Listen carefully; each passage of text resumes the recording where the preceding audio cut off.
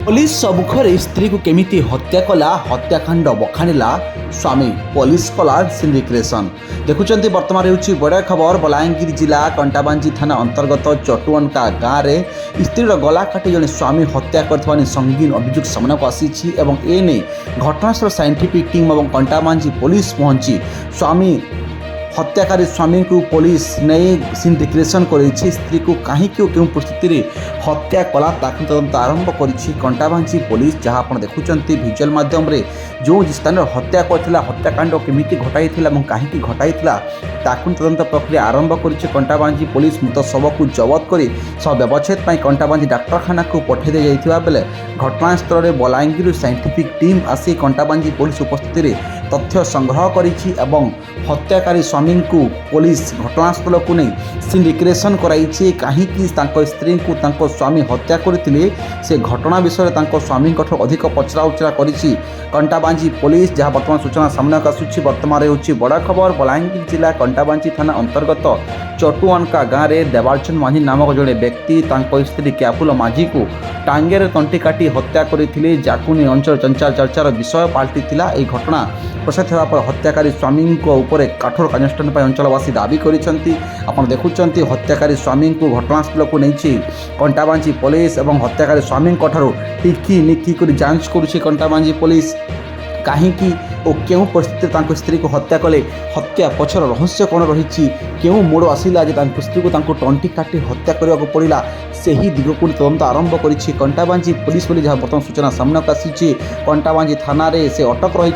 Kantabanji police विभिन्न तथ्य संग्रह करुच्ची स्त्री और स्वामी भितर कहीं कलह सृष्टि है जे स्वामी को स्त्री तंटी काटी हत्या करने को पड़ा एभली परिस्थिति सृष्टि है कहीं तदंत प्रक्रिया आरंभ कर कंटाबांजी पुलिस बोली जहाँ बर्तमान सूचना सामना आसूची आप देखुं भिजुआल मध्यम बर्तमान होची बड़ा खबर घटनास्थल पहुंची बलांगीर आसी साइंटिफिक टीम तथ्य संग्रह कर हत्याकांड विभिन्न कठोर प्रमाण से संग्रह कर बर्तमान सूचना सामना आसी बर्तमान होची बड़ा खबर बलांगीर जिला कंटाबांजी अंचल आसूची आप सीधासल देखुं एक्सक्लूसिव भिजुआल देखुं लोकाल प्रशासन मध्यम घटनास्थल कंटाबांजी पुलिस पहुंची तथ्य संग्रह कर हत्याकारी स्वामी को पुलिस अटक रखी जेरा कर स्वामी को तथ्य अधिक तथ्य संग्रह कर बर्तमान जहाँ सूचना सामना आसूची तो पुलिस तदंत पर ही जना पड़ हत्या पछर रहस्य कौन रही पुलिस एने पूरा तदंत प्रक्रिया सरला घटना पर्दाफाश कर पुलिस पक्ष बर्तमान सूचना सामना को आसी आप सीधा आसल देखुं खबर आसूची कंटाबांजी अंचल कंटाबांजी थाना अंतर्गत चटुअनका गाँव में घटी ए अभावन घटना जो स्वामी 7 जन्मर साथी होगा स्त्री को शपथ नहीं आज से ही स्वामी से ही हाथ स्त्री को हत्या करी तेज हत्या पछर रहस्य को नहीं बड़ प्रश्नवाची सृष्टि होची कहीं जो स्वामी 7 जन्मर साथी होगा शपथ नहीं जो हाथ धरी घर को आनी से ही हाथ आज स्वामी ता स्त्री को हत्या करी तो हत्या पछर रहस्य को नहीं बड़ प्रश्नवाची सृष्टि होची कहीं